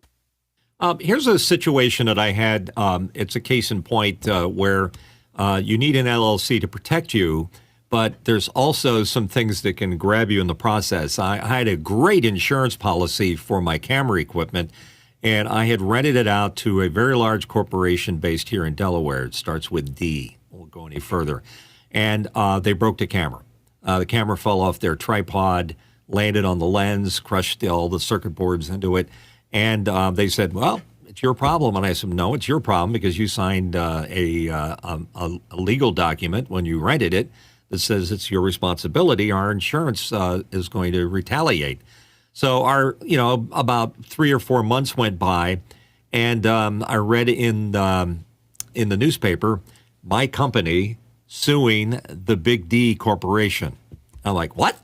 Because I wasn't aware of that. Well, when I had the insurance policy, the insurance companies have the right to sue on your behalf. So I lost a very big client because the small print got me. I guess a lawyer should have looked at it on the insurance policy. Luckily, I had the protection of an LLC to keep anybody coming back on me. But that was a very expensive lesson. Reading the fine print. Next question. From Raj Shandil in Los Angeles. Is there a way to automate the business monthly paperwork, such as receipts, taxes, and reports? I find myself doing a lot of repeat busy work. I may have to change my title to business manager. One would be having a business manager. That is always helpful. But as was mentioned before, using programs like QuickBooks, there's still some element of QuickBooks, there's still an element of you having to submit, or whether it be taking photos of your receipts so that they are uploaded. So not fully automated, but there are some tools and systems that can help you through that process. outside of actually having a dedicated person either on staff or a VA, an EA, or someone like that who's dedicated to doing that for you. Mitchell? Raj, I use QuickBooks. Before there was QuickBooks, believe it or not, I had a business. And here's a quick story again. Sometimes you can learn something from them. I had a studio, and I loved running the studio in the sitting behind the console, doing the editing and the recording and the production and the creative. And then I hired somebody to do that job to help me cover much more clientele that I had coming in. And I ended up spending more and more time at the front desk doing exactly the work that you're referring to. And eventually, that's all I did. And here's a couple of things that happened. One is that the person that was running the studio was pretty good, but he wasn't as good as I was at doing it. So the clients were like, what's going on here? And then the other part was I was really bad at running the business, and I didn't enjoy myself. So I was a very sad person that had created a circumstance that I was unhappy with, and I had full control, but no, it didn't work out that way. Especially, you make a good point there, Mitchell, of just being able to, the time that it takes you to work on the business and actually working in the business. So hopefully that question comes around again, because I find that in the last year that, yes, I've still been hands-on in the business, but that is also causing, so, I think it was Nigel who shared in the beginning, the demand generation, the sales aspect of things, and needing to step more into that executive role and that sales role, and like building that capacity underneath so that there are others that are able to run the business, much like Alex is doing here with Office Hours as the visionary, but he could only do so much and hold on to so much of it for so long in order to really see Office Hours scale, and then bringing people in. So Rajan, hopefully I said that correctly, that hopefully that helps in seeing if there's a way that you can either automate that or hand that off. I think that's one of the things when it comes to being a business owner, is learning how to delegate and learning how to delegate quickly so that you're not behind the 8 ball. Next question. From Noah Sargent in Fullerton, California, and you're on our panel. How do you set up healthcare, insurance, and payroll? Nigel? Okay, so those are 3 very different things. So let's go in reverse. Payroll, find someone, depending how big you are, you can do it through QuickBooks, you can do it through ADP or somewhere like that. Insurance, you need to find yourself a broker. I think guys talked a lot about local teams, local groups that you get to know, find out who the local people are. I would tell you that the most important thing you'll do is find your way into a buyer's group of some sort. Now, we're probably all in a buyer's group. We just call it Costco, where you're getting some benefit through bulk. But as you get bigger, you'll get into a buying group. And as you get into a buying group, you start to not only find out what the best people to work with is, you get some advantages. At some point, probably 5 employees, you should think about a PEO, a professional employers organization. And again, you're going to be shocked at how much this is going to cost you to set up, and then it will get cheaper in second and third year, but it will take a huge amount of pain away from you. ADP does lots of this stuff. Insperity does lots of this stuff. And they not only act as someone who will sort out your HR and your payroll for you, they will drag you into the ability to get discounts on other access to services. And again, you're trying to run your business. You're trying to set up processes and systems. You're not actually trying to do every element. And so getting professional services organizations like PEOs can make a significant difference to your execution capability. And John. The gentleman from Austin articulated quite well. Thank you. Next question. From Paul Buchan in Columbus, Ohio, asking, when first starting, what are the first things you should get? LLC, bank account, domain, P.O. box, etc. Jason. All right. You probably want a domain first, because without a domain, you aren't going to know what to call your LLC. As far as the order, it's basically the way that I said it at the very top of the hour for the rest of it. You get an LLC first, And from there, you get an EIN from the IRS, and you need the EIN from the IRS. Boy, this is like Good Morning Vietnam. Since the VP is such a VIP, shouldn't the VP's PCB on CTV? No, but once you get an EIN from the IRS, you take that and your articles of organization or incorporation, depending upon how you choose to incorporate. And you take those to your bank and you say, hi, I'd like a corporate bank account. The EIN is a social security number for the business. So think of it that way. That's the long and the short of it. Mitchell? All good advice. I'm going to toss one more in there. A business plan. You got to decide what kind of a business you're building and what kind of market there is for it. Try to put your emotions aside, and you're really good at what you do and you're having a lot of fun, but there has to be a business for it out there. And the domain, I agree with Jason 100%. When we were sitting around trying to figure out what to call my company, I just happened to have an ace in the hole, as it were, and it was secretagency.com. It was the name I was sitting on for a long time. Finally, it came along and said, there's the name for the company. And I had that way, way before any of the other stuff had to be done. I'll add to Mitchell and Jason. So once you, get the domain and have that name, get your handles because it would be horrible to get, and your social media handles, because it'd be horrible to get the name, get all of that work done, and then find out someone else goes ahead and grabs that. I'll speak to, because I know there's some folks that are in Canada, to the Canadian side of things. I actually went through a lawyer for them to put together our articles. You've got to get a NUNS number. I think that's how you pronounce it. It's an acronym of just making sure that no one else out there has that name. And then the lawyer typed up all the documentation, got that squared away. I'm going to say it took like a month or two to pull all of that together because of the search. And then from there, getting the business account, and then we're off to the races. And Noah. Yeah, I love all this great info. So I'll just speak from my perspective, and I probably did things out of order too a little bit, but I named my company based off of the URL that was open. And so Corporate Streams is my company. And then I also got a trademark for that within the realm of what I do. And then I got a local business license, like to work in California. And then eventually I got the bank account LLC and that kind of stuff as well. I've yet to get a PO box, but that's probably a good idea to add in as well. And then obviously all the other things we've talked about on the show thus far. John? This is great info. And state of Nevada is easy because you can go on the Secretariat site. I'm sure you can do the same thing in a lot of other states. You go on their site, Secretary of State, and you can form your LLC and pay for it. In Vegas right now, it's about $450 to form your LLC. And that's your first step. But yes, getting your trademark and then the Secretary of State's office will tell you whether or not that name is being used. And then trademark's always good. Trademark is $250 per mark and classification. But you can get this relatively done quickly these days because of the internet. Jason?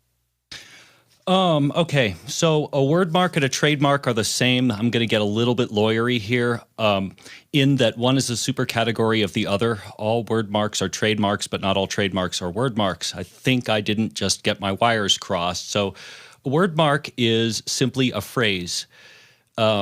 A trademark is any sort of font, logo, design, color, combination of things that, you would associate with a brand. And as far as paying for it, I paid for the first one. And then after that, I realized it was so easy that you really can file for them yourself. They do not. You shouldn't have to hire a lawyer, and maybe Nigel will tell me why that's a terrible idea. But oh, good, he's gone. Okay, yes, I'm in the clear. You're not alone. I've done 2 trademarks and did them on my own, and we were all good. However, would I do that again now? It's based on time and using your time wisely. If that makes sense, hiring a lawyer is always a great thing to do. And I wanted to go back to the chat here. John also adds, I guess if we were to add this checklist of starting a business, John says product market fit, a list of potential customers. And then Lenny says, getting that Google listing, and going back to Nigel's point about the business plan, because that might be intimidating, and just so that you don't take too long in pulling the trigger and getting your business started. There's also things like the business model canvas, which in the startup world is just this one sheet that you put all of those things, a lot of what has been discussed, specifically more so to John in the chat, where you put, okay, here are the customers, here are all of the things that we'll need, and like just getting that snapshot of your business and then getting that out of your head immediately will then enable you to succinctly write that business plan. And knowing that business plans vary, there are some that are pages and pages long, there are some that are only a few pages long. When you're getting started, the minimal viable product, getting those numbers out and getting them down so you can see what it will take to operate your business being some of the most important parts of the business plan. And then it's not a one and done thing. It is something that is constantly evolving. So get it as far enough as you can so that you can get to actually making money, which is why you have a business in the first place. Jason. Liberty, in business school, the things that you're describing to me were taught as feasibility analysis, and it's a precursor to a business plan. Is it worth going through the exercise of doing a business plan? You know, if I charge this, you know, I loved Guy's idea of going to a library. I did it at the time at a university library, but the resources are largely the same. It is staggering what you can get from a library. And, you know, based on your zip code, that's the other thing that I don't think Guy alluded to, but didn't mention specifically. The market analysis that you're going to get truly is local, and like that matters quite a bit. So feasibility analysis is basically, if I charge X dollars in this business category, in this zip code, is it feasible that I might be able to make money the way that I think I can? Mitchell?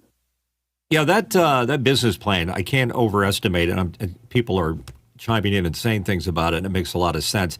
I had a startup with a friend in 1998, and we were a LLC.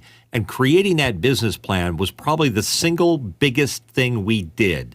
It took the most amount of time to create the deck. We put lots of time and effort into it because we were also shopping the company out to other people. So I can't emphasize enough how important that is to be able to do that. The other thing that's tough, especially if you're putting money out to do these things, is that I tell everybody that I know that are starting up businesses that starting a business is like taking a poison pill. You've got a limited amount of time to live or for life, and you're going to shut down if you don't solve your problems before that pill has an effect on you. So spend every dollar you have like it's the last one you're going to have. It's a tough reality of the business, but that plan will help you keep to that score. Nigel? I just want to make Jason happy that I'm okay with you doing your own trademarks. I think if you are going to function internationally, I would be a bit more careful. I would not do my own patents. And I think completely agree. Yeah, I think most is. I also wanted to double down on the canvas thing. I spent some time in my life doing what I called value proposition workshops with small businesses, where I would sit down with the ownership and really work out what they thought their value was, their value proposition to the market, and as a business owner was. And I found that mostly people couldn't articulate it successfully. And when they can't articulate what their differentials, what their value is to the market, they tend to set up their businesses poorly. And I think the Canvas is a great tool, maybe even worth some more time on as a tool to help you work out what your value proposition is. And Noah.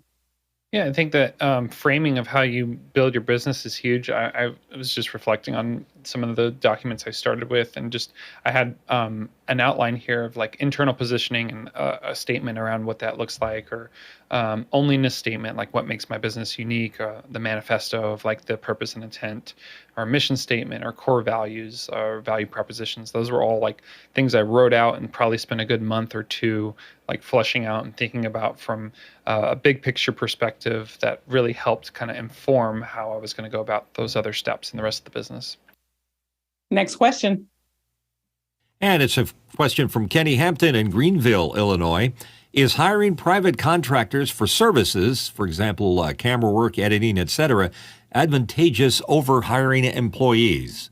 Jason? Oh boy, I feel like a barbershop quartet. Like, it just depends. Truly, it does. It depends so heavily on your market segment. For the last 13, nearly 14 years, I've been a single man organization, and it is a stupefying amount of work. I need to emphasize it is a lot of work. It's not something you do by accident, and it's not something you do unless you are completely and totally committed to it. But, of course, I have had to hire outside contractors, but it's on a case-by-case basis and, in a temporary time frame, usually for a project. So the answer is it depends, but you really can be the only person. It's just really hard. Mitchell? I mean, this business is so crazy, and like you say, it depends.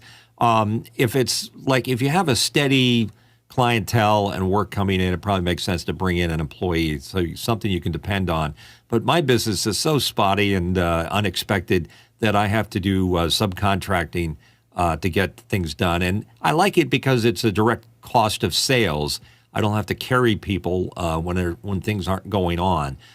The other thing is be careful about subcontractors. Some states have very specific rules about work for hire and things like that, and the legal aspects and the way you work with them and interact with them, particularly in California in the film industry. Noah? Yeah, and that's something that I need to follow up and get deeper into, because I know especially the Uber case and Lyft case that happened a couple of years ago basically changed the game in California and other places. But so speaking from my perspective, and I don't know if this was the right way of going about things, but basically most of my team are freelancers that I hire on a gig by gig or project by project case. What I'm moving towards is trying to get my biggest clients to convert to long-term contracts. So instead of having like a one-off or one gig every couple months or what have you, we think about the whole year, and we basically turn that into a 12-month contract, and over time make it a more steady income, but also that would allow me to hire my first W-2 and other employees, right, to fill out that. So moving from the short-term thinking to more of a long-term thinking as far as hiring the team and the process and what we do. John? Yeah, the guys nailed it. It's the states by states issue. California is super tough. And we know people here that have gotten audited because of the contractors that they've hired, especially in our industry. So you have to go and check out your state laws. Yes, +1 on that, and just making sure that you are looking at your state regulations, because I mentioned the resource of having the advisors at Atlanta Tech Village, and in speaking to an HR person there and talking about some of our plans, expansion plans, when we brought up the idea of contractors, she was like, be careful, red flag, because if you have someone who is, and this is in the state of Georgia, but if you have someone who is working as someone who is full-time, let's just being careful of those regulatory things, project by project, that's okay. But there's a very fine line there. So with all of the wonderful advice that we are giving here, definitely speaking to the business agency in your state and looking up that information. Next question. And it's from Chad Lafarge in Columbia, Missouri. Are there canned organizational and legal docs that can be trusted, or do I need a legal team? John? Just wait a little bit. OpenAI is working on this, so they'll have it all solved here shortly. Next question. From Josh Kaufman in Pittsburgh, PA. Freelance versus self-employment, pros and cons, sole proprietor or LLC or corporation. Mitchell?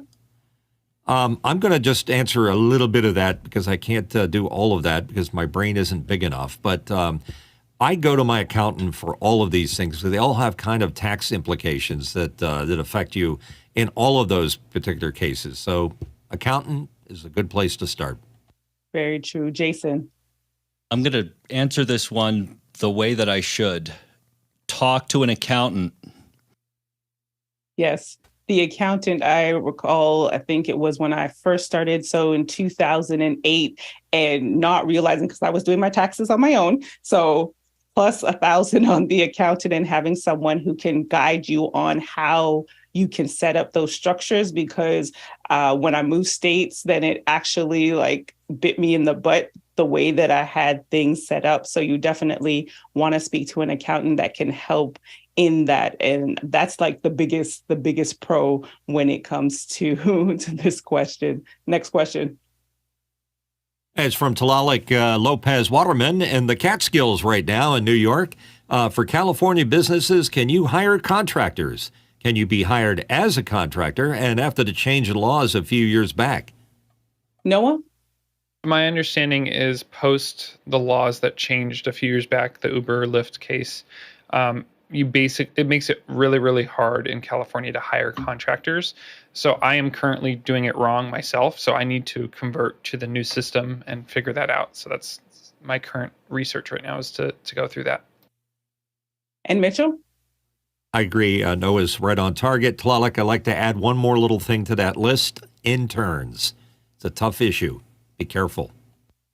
And for those of you, what is it with because it's come up a couple times in the conversation of like California, what is the law that has people saying, well, be careful, California?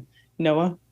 Yeah, so basically Lyft and Uber drivers, there was a lawsuit that happened where, they're debating whether these folks were considered full-time employees or have any sort of benefits and that kind of stuff. And so within California, the law basically said that Uber and Lyft have to classify those drivers as employees. And so that classification also affected other small businesses within California. And so it was kind of a bigger thing. And there's politics involved, whether they thought that was okay or not to do for other things. But so basically, for you as a contractor,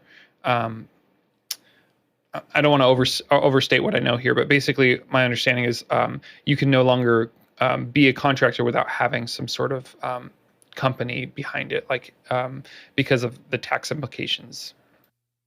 Nigel? So again, I'm not an attorney, so let's just frame it. The challenge comes out of when people hired subcontractors or consultants or people and then kept them for like a couple of years. It was really hard to differentiate between what was a sub, what was a contractor, and what was an employee. And so some of that all collapsed in California. And having been there for a couple of years, they said, well, then they're really the same as employees. Then it got more complicated after that. But I think if you're going to work in California, you can use contractors, but hire them from a contract firm. Don't hire them as 1099 directly onto you. And don't hire people you expect to keep for multiple years. Hire people to do specific jobs. But again, a consultant attorney. Next question. From Juan C. Robles in Mexico City, Mexico. What is the best time to contract and hire external help? Nigel? Okay, so the silly answer is the day after you need it, not the day before, because you should never pay for anything before you need it. The right answer, I suspect, is to ask about the value. And that value might be your time, it might be your money, it might be your legal exposure. If the value of that person is higher than doing it yourself, then that's a good time to bring somebody in, however you do it.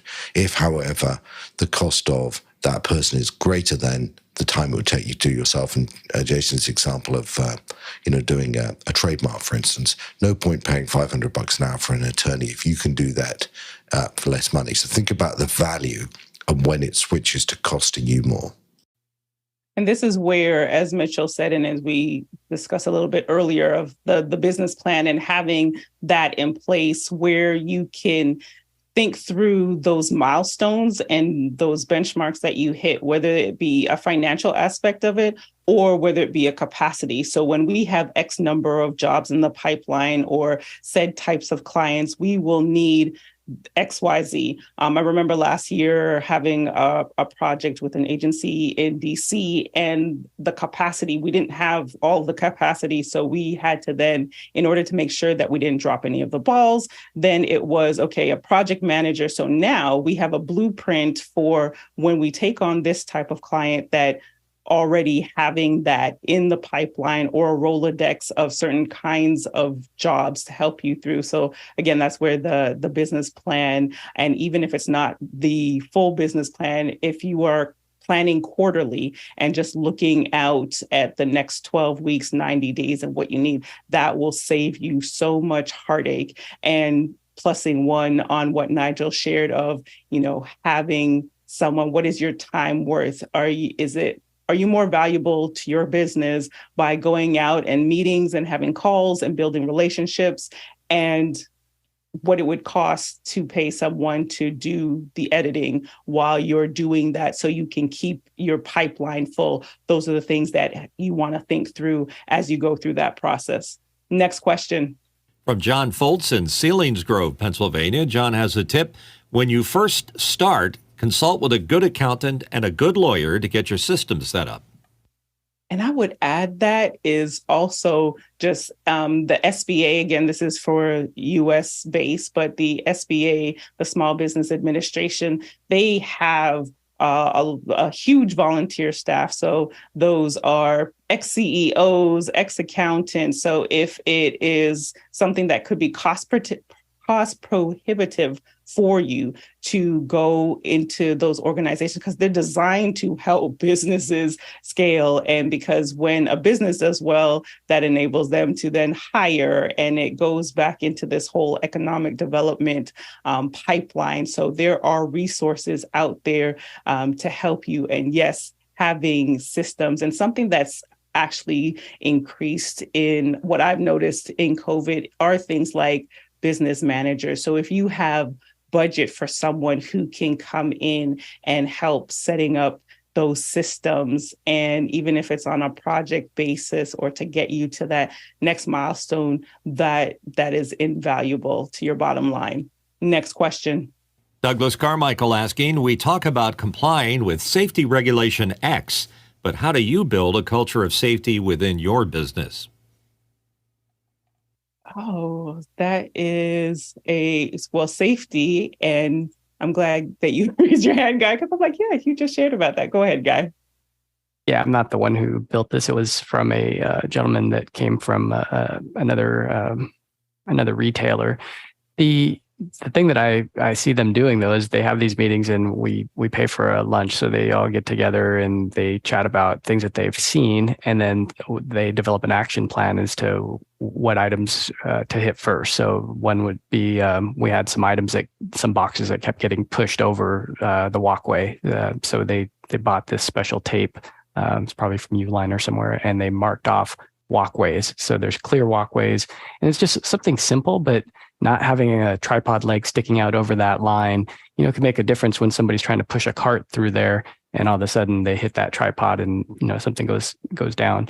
So it is, getting a team together, and on our crew, we rotate them out so that it's not always the same people. It gets rotated, but there is a leader that leads the discussion. But it's a culture of letting people know that for every dollar you spend, I'd have to look up the exact ratio, but it more than pays for itself over time. So if you don't have to pay out, for somebody getting hurt, we have insurances, but that still doesn't count for the time. And, you really just don't want to have that on your conscience that you got somebody really hurt or killed, So it's letting people know what's at stake and then rewarding them for coming up with the ideas that prevent it. Nigel? What you inspect, they will respect. If you don't care and you are seen not to care, nobody else will care. If you care and you inspect and you give time, as Guy has said, to these things, then other people will start to respect it too. Next question. And it's from Douglas Carmichael. What sort of resources can be helpful for those with disabilities, autism, spectrum, and all the rest in marketing their skills? I don't know if there are necessarily, there are probably resources dedicated to those on the spectrum, but I cannot overemphasize the access to these government programs and government agencies that are designed to help the community and help people to start, grow, and exit their business. And when you think of it from that, even that marketing aspect, there are so many schools even that have, and when I say schools, colleges and universities that have programs. So I would say that could be a helpful resource as well. And I'll ask the expert here, Harshid, to chime in.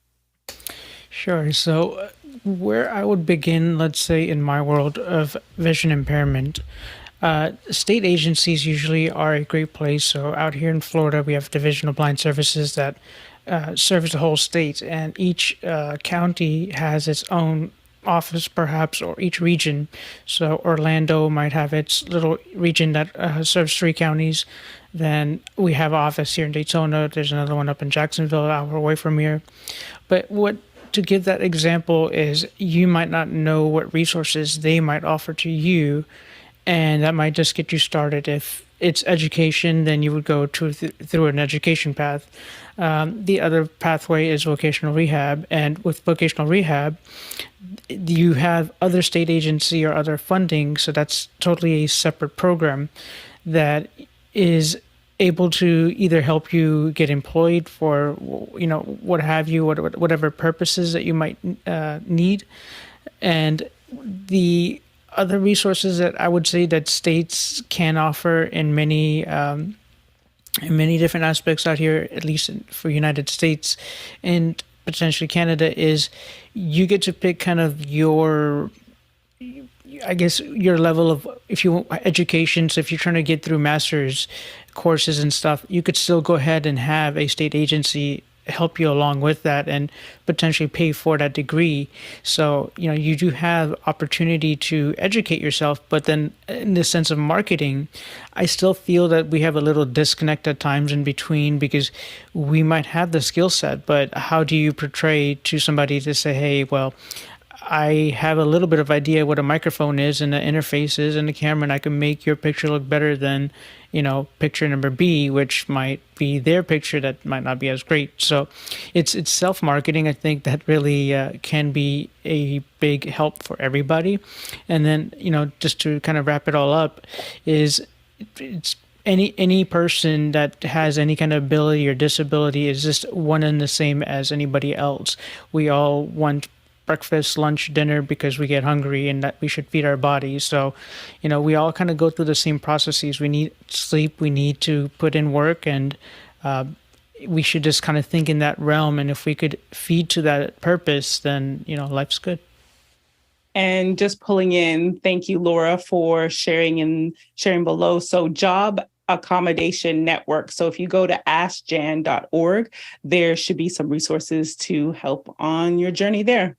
And that's it. That's a wrap. We're at just a minute past the hour. Thank you so much, producers, for all of your wonderful questions. And of course, to our panelists for your insights, your stories, and just being here to help support the community, and to our back end team, for whom, without which, we would not be here with you each and every day. Thank you so much. And to see the schedule for the week, you want to head over to officehours.global. Tomorrow, we've got Reality Scan.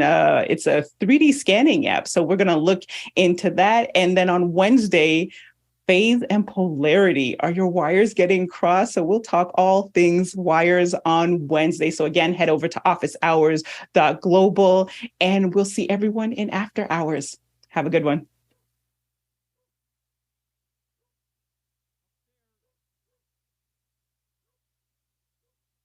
Awesome. Okay. I gotta go watch Good Morning Vietnam again.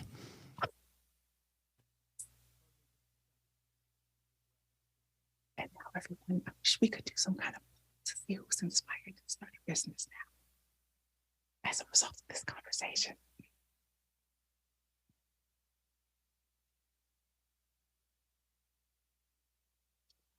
Thank you, God. We are just you and I whispering. No one left.